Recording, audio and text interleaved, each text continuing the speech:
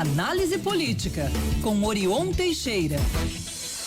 Olá, Orion, muito bom dia para você, bem-vindo. Vamos lá encerrar a semana?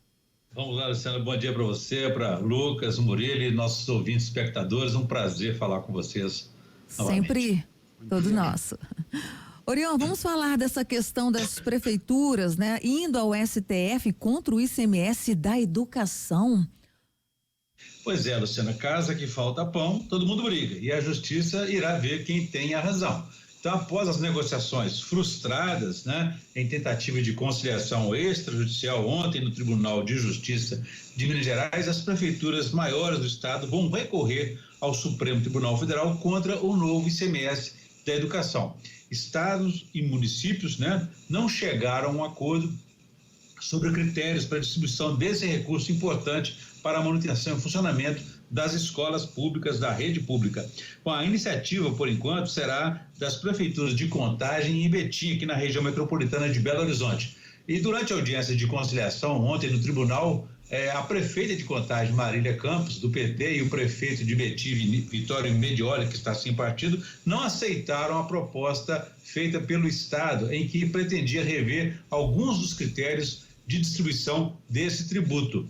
De acordo com Marília, o governo Romeu Zema ofereceu incluir o número de estudantes de cada cidade em apenas 2 dos 4 critérios de distribuição do imposto. A sugestão defendida por ela e pelo município de Betim, para que o problema fosse resolvido, da perda de recursos, fosse ao menos parcialmente aí, era que fosse considerada a proporcionalidade de estudantes em ao menos 3 de um total de 4 critérios de distribuição. Atualmente, a lei sancionada pelo governador não considera o número de alunos matriculados para fazer a divisão dos recursos do ICMS da educação aos municípios. Então, desde o início do ano, a discrepância no repasse aí vem sendo questionada por prefeitos e só em janeiro as 100 cidades mais afetadas já acumularam juntas aí o prejuízo de 85 milhões de reais por conta dos novos critérios de distribuição.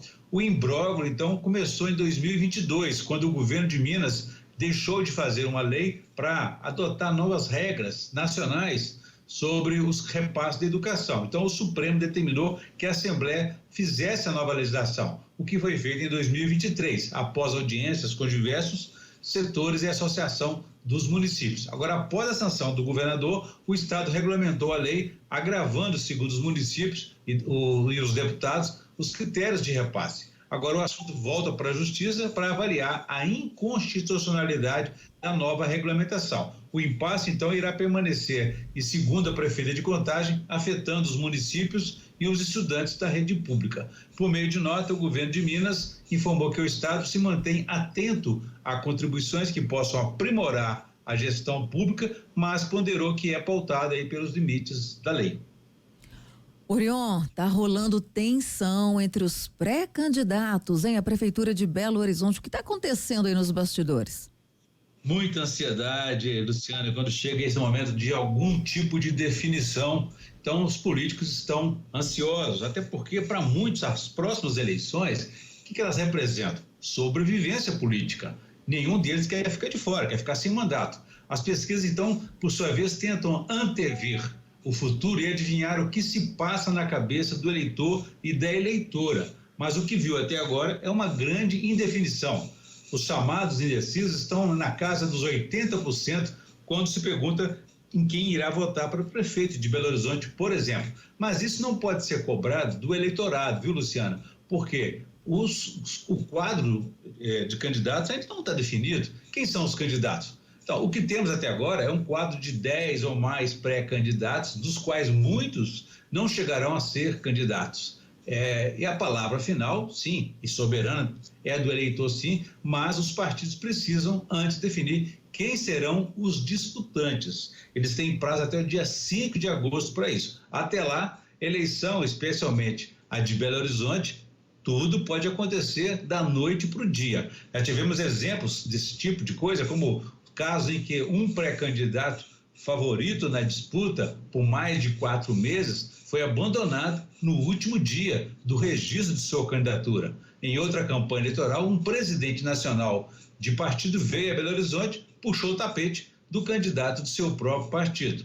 Alexandre Calil, ex-prefeito de Belo Horizonte, fez história ao ser eleito e reeleito na capital, em uma campanha totalmente atípica em 2016. Ele virou candidato de uma hora para outra.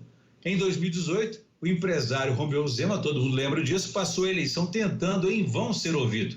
E há 3 dias da votação do primeiro turno, ele manifestou simpatia por Jair Bolsonaro, então o candidato a presidente, e saiu de 9% e para liderar aí o primeiro e segundo turno eleitorais, desbancando as então poderosas forças políticas da polarização tucano-petista. São alguns exemplos que podem servir de lições aos mais ou aos menos encantados, né? E é bom que os partidos e políticos, homens, aprendam as lições rapidamente. Ontem, 2 vereadores foram cassados porque os partidos deles fraudaram a cota de gênero na disputa por cargos de vereador em Belo Horizonte. Ou seja, não deram as devidas vagas destinadas às mulheres nessa disputa. Veja bem, mesmo antes dessa próxima eleição que acontece em outubro, 2 já ficaram de fora, aumentando a ansiedade de todos eles. Teremos então 2 novos vereadores por apenas 9 meses, podendo, claro, se candidatar à reeleição. Então eles vão assumir por conta da cassação desses 2. Então o Tribunal Regional Eleitoral anunciou os nomes de 2 novos vereadores. Wagner Messias Silva, o conhecido preto, veterano, que está de volta à Câmara Municipal. E a novata Nara Lúcia de Paula Fã, que é professora Nara, da rede. Bom, eles vão ocupar as vagas de César Gordim, que era do Solidariedade, e o Wesley Moreira, do PP, que já tiveram os mandatos cassados, então, no dia 12 de março. Bom, Orion, a gente fica por aqui, mas voltaremos a nos falar, então, na próxima segunda-feira. Combinado, Luciano. Um abraço para você, todos os nossos ouvintes espectadores, e quem quiser saber mais pode consultar meu blog, www.blogdorion.com.br. Um abraço a todos e façamos um bom dia. Sim, Orion, façamos um bom dia. Valeu. Só aproveitar aqui essa presença do Orion para reforçar o convite para entrevista coletiva amanhã, 18h50. A gente entrevistou Orion Elisângela, a deputada Lohana França, deputada estadual do PV, e ela falou um pouco da atuação aí, tanto do trabalho dela, né, da dificuldade que ela enfrenta enquanto uma deputada mulher, uma deputada de primeiro mandato, jovem deputada, não tem nem 30 anos. Falou muito da atuação dela aí na oposição, na Assembleia de Minas, amanhã, 18h50. Então vamos conferir. E aqui na Band News no domingão, 6 horas. Obrigado, Orion.